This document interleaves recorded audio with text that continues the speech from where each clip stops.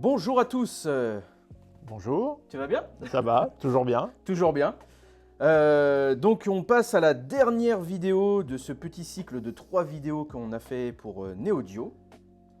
Et là, après avoir parlé donc des enceintes, avoir fait l'historique de la marque, parlé des câbles et des accessoires, on va terminer par une chose très importante, les électroniques que tu proposes.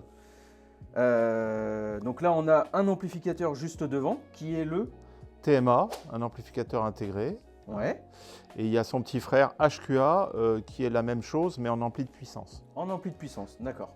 Parce qu'aujourd'hui il y a des sources, des streamers avec réglage de volume et que voilà, on Ouais. n'a pas forcément besoin d'en intégrer. Oui, tout à fait. Voilà. Donc là, actuellement, au catalogue électronique, c'est les deux produits Ouais, que tu c'est les deux proposes. produits pour Ok, l'instant. très bien. Ça va s'étoffer, mais je prends mon temps pour bien faire les choses et voilà. Il n'y a Ouais. pas une multinationale derrière moi, donc Ouais. voilà. Donc ça prend un certain temps. Ah, de toute façon, en plus, on vous renvoie à la toute première vidéo qu'on avait faite où tu avais parlé de ton historique, des premières électroniques que tu avais développées. Et là, en fait, aujourd'hui, on en est rendu à ça, à Voilà, cet intégré-là au TMA. et l'ampli de puissance que tu proposes. Tout à fait. Ok. Parle-nous un petit Alors, peu de cet le ampli. TMA, donc, c'est concomitant avec le Blue Programme, c'est-à-dire le programme écologique de Neodio. Hein. C'est comment proposer un appareil en se focalisant sur deux choses, la qualité sonore Oui. et la durabilité. Ok. Hein. Alors, la qualité sonore, c'est la troisième génération d'ampli que je fais, que je conçois. Et là, comme je voulais faire un produit aussi durable et facilement réparable, je ne pouvais pas repartir sur les schémas que j'avais fait précédemment parce que mes premiers amplis, on va rentrer un peu dans la technique, n'avaient pas de contre-réaction globale, mais des systèmes de correction d'erreur. Alors, ça veut dire quoi la contre-réaction en électronique? Pour qu'un ampli soit linéaire, c'est-à-dire ne fasse pas de distorsion, on prend la sortie, on la divise et on la compare à l'entrée, en fait. Et c'est ça la contre-réaction. Quand vous êtes sous la douche, je vous donne un exemple, quand vous êtes sous la douche, vous réglez la température, vous sentez chaud, froid. Bon, si vous n'avez pas de thermostat hydrostatique, mais vous faites une contre-réaction. Hein, votre capteur sur la peau vous dit il fait trop chaud, on met un peu de froid, etc. On fait pareil en électronique. Ça s'appelle un asservissement en automatisme. C'est un truc très général qui est partout autour de nous. La contre-réaction, elle est absolument dans plein de choses. Hein. Donc, pour faire des amplificateurs qui ne font pas de distorsion, depuis fort longtemps, on utilise la contre-réaction. Les Japonais, dans les années 70, comme Yamaha, proposaient des amplis avec 0,001% de distorsion. Petit problème, à l'époque, ils ne sonnaient pas très bien. Parce que la contre-réaction, ça durcit. Ouais. C'est-à-dire que ça vous donne du contrôle sur les haut-parleurs. Oui. On sent que ça les tient très bien. Ouais. Par contre, dans le médium aigu, ça rend les choses dures, difficiles, et à telle enseigne que les amplis à tube, qui eux font appel à très peu de contre-réaction, il y en a en général, ils sont plus naturels, il y a quelque chose de plus naturel dans le résultat sonore. Donc moi, mes premiers amplis, il n'y avait pas de contre-réaction, il y avait des systèmes de correction d'erreur qui étaient là pour réduire la distorsion, mais il y avait entre l'entrée et la sortie, il n'y avait aucun lien, il n'y avait pas ce fameux réseau qui revient. Ouais. Donc là, pour celui-là, je voulais que ça soit plus facilement réparable, que le schéma soit plus simple, qu'il y ait moins de composants, que ça soit aéré à l'intérieur de l'ampli. Donc comment je fais? On va utiliser la contre-réaction. Voilà. Sauf que j'étais conscient du problème, et donc j'ai travaillé 3 ans sur pourquoi la contre-réaction durcit le son. Alors que par ailleurs, elle n'a que des avantages. Ouais. La contre-réaction, ça divise la distorsion, ça augmente la bande passante et ça abaisse l'impédance de sortie d'un ampli. Donc que des choses positives. Ouais. Et pourquoi à l'arrivée finalement? Bon, avec tout ce que je savais sur les molécules d'eau, les câbles, les accessoires, évidemment j'avais une petite idée. Je me doutais que ce n'était pas dans le domaine électrique qui était le problème, mais dans d'autres phénomènes.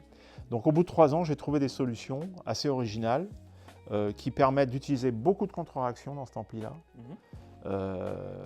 Et en même temps d'avoir cette transparence, cette ouverture, cette absence de stress qu'on cherche dans le médium aigu. Voilà, donc c'est un peu fromage et dessert. Donc le TMA, ça peut driver des enceintes difficiles. Ouais. Alors par exemple, on a drivé des Wilson Audio Sacha, on a drivé des grosses Vienna acoustiques avec 3 boomers, difficiles à driver. Dès qu'il y a beaucoup de boomers, ça devient compliqué en général. Je drive des panneaux diptyques audio très très bien jusqu'aux références. Bon, on est limité en niveau sonore parce que l'ampli ne fait que 80 watts, entre guillemets. Donc là, je voulais proposer un produit où ça satisfasse 90% ou 95% des gens. Je ne veux pas faire un monstre de 200 watts. Je ne veux pas faire un produit trop lourd, hein, parce que voilà, des produits bardés de radiateurs qui font 30 kg, 40 kg, 50 kg, 60 kg, pour moi, excusez-moi, c'est débile, parce que bon, on n'a pas besoin de ça pour faire de la musique. Mais dedans, j'ai mis beaucoup de mon savoir-faire. Il y a plein de petites recettes à l'intérieur, dans l'implantation, dans des petites choses que je refais depuis des années, qui sont la face arrière qui est en plexiglas, hein, en PMMA, parce que ça permet à l'ampli de respirer d'un point de vue électromagnétique, c'est pas une boîte fermée. Ouais. Les pieds de l'ampli, que vous ne voyez pas là, ils sont en Delrin, usinés. Voilà, il y a plein de petites choses. Il fait 14 kg, donc il est lourd, mais sans être très lourd.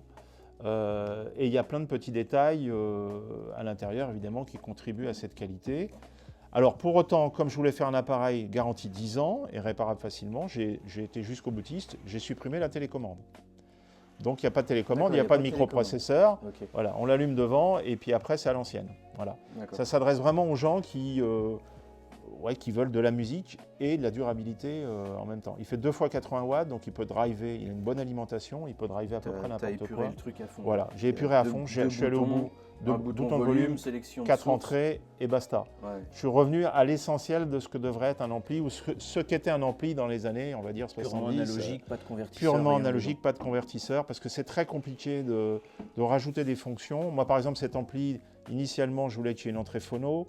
J'avais fait un petit étage phono et ça dégradait le son de l'ampli parce qu'en fait, on rajoute des contraintes de boucle de masse, d'implantation dans l'ampli qui font qu'on dénature l'essentiel. Donc j'ai viré l'étage phono parce qu'il y a plein d'étages phono à tous les prix sur le marché. Pourquoi réinventer l'eau chaude, hein? Et puis il y a d'autres constructeurs aussi qui font comme toi, ils veulent pas d'entrée phono intégrée dedans. Il y en a d'autres, ils l'ont aussi. Et attention, c'est même parfois sur d'excellents produits quand même.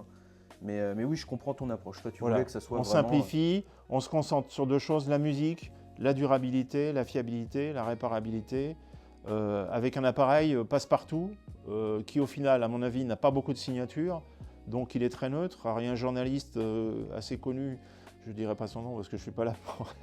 Il m'a dit, finalement, au début, je ne l'aimais pas trop, et après, je me rends compte qu'il est plus fidèle que d'autres. Je lui dis, oui, c'est un peu le but, hein, la haute fidélité, c'est ça. Voilà, donc j'essaye vraiment d'aller au bout de cette approche. Donc, évidemment, ça s'associe bien à mon écosystème, mais pas que, hein. J'ai des clients qui ont un TMA, mais qui n'ont pas le reste, forcément, des câbles ou des enceintes. Voilà. Tout à fait. Voilà, donc avec 80 watts au compteur, mais vraiment 80 watts, on peut quand même driver beaucoup d'enceintes, y compris des grosses, hein. Souvent, les gens sont obsédés par la puissance. Il y a un peu ce travers chez les audiophiles. Si ça ne fait pas 150 ou 200 watts, ce n'est pas un bon ampli, mais c'est complètement faux, ça. Ah oui, bien sûr. Bien sûr. La plupart des enceintes colonnes aujourd'hui ont une sensibilité de 88-90 décibels. Mais quand on a déjà 90 décibels à la position d'écoute, bon, avec quelques watts, au final, seulement quelques watts, ça suffit, hein, la musique, elle est... Ah oui, non, mais tout à fait. Tout dépend après de la conception qu'il y a derrière, de l'ampli, comment il est conçu, comment il est étudié. Oui, on a, même ici au magasin, on a des amplis qui sont... qui font parfois que 2 fois 50 watts, et quand on les écoute, parfois on les compare avec d'autres amplis, même qu'on nous envoie, qu'on nous prête, et même avec d'autres qu'on va voir ici. Et ces amplis-là peuvent faire des fois 2 fois 115, 120, 130, et c'est le 2 fois 50 qui l'emporte. Pourquoi ? Par sa musicalité. Voilà. Donc chaque fois, c'est une question d'écoute et de ressenti, et c'est vrai qu'il n'y a pas forcément besoin d'avoir une grosse puissance. C'est un peu comme la sensibilité des enceintes, en fait. On peut afficher une sensibilité élevée et avoir une enceinte qui est poussive, et à l'inverse, afficher une sensibilité faible et une enceinte qui est plutôt vivante. Ouais, tout à fait. On est très sensible à ça, à la micro et à la macro dynamique, en fait. C'est ça qui compte le plus. Alors des fois, on me fait le reproche, il n'y a pas de télécommande, moi j'ai besoin d'une télécommande pour bouger le volume. Mais en pratique, si vous ne changez pas de source toute la journée, sur des sources numériques notamment, vous réglez une fois le volume et c'est fini. On n'y touche plus après, hein. Alors c'est un peu plus fort, un peu moins fort suivant les disques, mais quand on a besoin de bouger le volume tout le temps, c'est qu'on n'est pas confortable, en fait. Selon moi, c'est-à-dire qu'on cherche de la définition et on ne la trouve pas, on cherche de l'énergie, on ne la trouve pas, alors soit on monte, soit on descend, vous voyez. Mais en fait, quand l'ampli est bon, l'oreille s'adapte très bien. Quand vous allez au concert, de toute façon, que ce soit du classique, du jazz ou de la variété, vous faites avec les conditions du concert. Hein. Ouais, Votre oreille s'adapte. Je comprends très bien. Alors il est équipé d'une protection court-circuit, parce que pour assurer la fiabilité, il faut qu'il y ait une bonne protection court-circuit, qui est très efficace. Donc dès que l'ampli va écréter, dès qu'on va lui demander plus que ce qu'il peut faire, hein, donc on va taper dans les rails d'alimentation, il se met en protection et il se protège lui et il protège vos enceintes aussi. Parce qu'il y a deux manières de tuer les haut-parleurs. Hein. Petit ampli qu'on met à fond, donc qui écrète, et là vous détruisez les tweeters en général, parce que les tweeters vont prendre des signaux carrés au lieu de prendre des jolis sinusoïdes. Ça c'est typique. Et après, gros ampli, vous jouez très fort et les boomers, vous les faites talonner. Et là aussi, vous détruisez évidemment les haut-parleurs. Ça lâche, oui. Voilà. Donc ou moi, ça sort des enceintes. Voilà. Donc voilà, bon, j'ai tenu compte de toute mon expérience des plus de 20 ans dans les amplis, voilà, pour faire ce petit bébé. Et je suis très content parce qu'au final, je me suis simplifié la vie. J'avais des schémas compliqués dans lesquels il est difficile de rentrer. Bon, il n'y a que moi qui peux rentrer dedans pour les réparations. Et là, honnêtement, c'est aéré. Il y a des photos sur le site internet, vous verrez. Et ne jugez pas les appareils en fonction du nombre de composants qu'il y a dans la boîte. Ça, c'est complètement idiot. On peut remplir une boîte et faire un mauvais appareil. C'est pas le souci, quoi. Ce qu'il faut, c'est bien faire les choses. Moi, j'utilise des condensateurs 105 degrés sur toutes mes électroniques depuis le début pour maximiser la fiabilité. Vous avez deux gammes dans les condensateurs électrochimiques, les 85 et les 105 degrés. Et même là-dedans, il y a des produits plus fiables. Mais depuis que j'utilise le Neodio, j'utilise la même série de condensateurs. C'est des Vichy en l'occurrence. Ça s'appelait autrement avant, c'était Philips, BC Components, ça a changé de nom. Mais j'en ai jamais un qui a pété, en fait. Voilà, parce que quand on met vraiment la qualité, on n'est pas emmerdé. Alors évidemment, ça coûte 3 fois plus cher, 4 fois plus cher qu'un truc chinois, éventuellement. Justement, là, en termes de tarifs, il est positionné. Alors il est à 4 900 € pour l'intégrer et 4 600 € pour l'ampli de puissance. L'ampli de puissance. Finition unique. Ouais. Ouais, finition unique. Ouais. Et qu'est-ce que je voulais dire, l'ampli de puissance, il n'a pas de télécommande non plus? Non, je Non. rigole. Évidemment. Et là, on ne peut pas me reprocher de ne pas avoir mis de télécommande. Voilà. La télécommande, maintenant, c'est plus trop un sujet parce que, évidemment, les sources numériques ont en général une télécommande et quand elles sont bien faites, on peut s'en passer. On n'a pas besoin de multiplier les télécommandes. Dernière chose, ton ampli de puissance, il développe combien? 2 x 80. 2 x 80 aussi, ouais. Okay. Comme celui-ci. Ouais. Okay. Voilà. Et il est très dynamique, évidemment, il a le même schéma que celui-ci. On a fait récemment à Bruxelles une bi-amplification. C'est la première fois que j'ai écouté ça. Ouais. Donc avec un ampli qui s'occupait d'une enceinte, donc médium aigu et grave, et l'autre ampli. Et c'était assez impressionnant parce que en bi-amplification, c'est vrai qu'on passe encore une étape supérieure dans le contrôle et on jouait très fort. Et avec 4 fois 80 watts, puisque évidemment il y avait deux amplis de puissance stéréo, 4 fois 80, c'est vrai qu'on obtient des niveaux sonores assez déments. Et voilà, encore une fois, on se dit, bon, pourquoi avoir plus, quoi, hein. Voilà. Ok.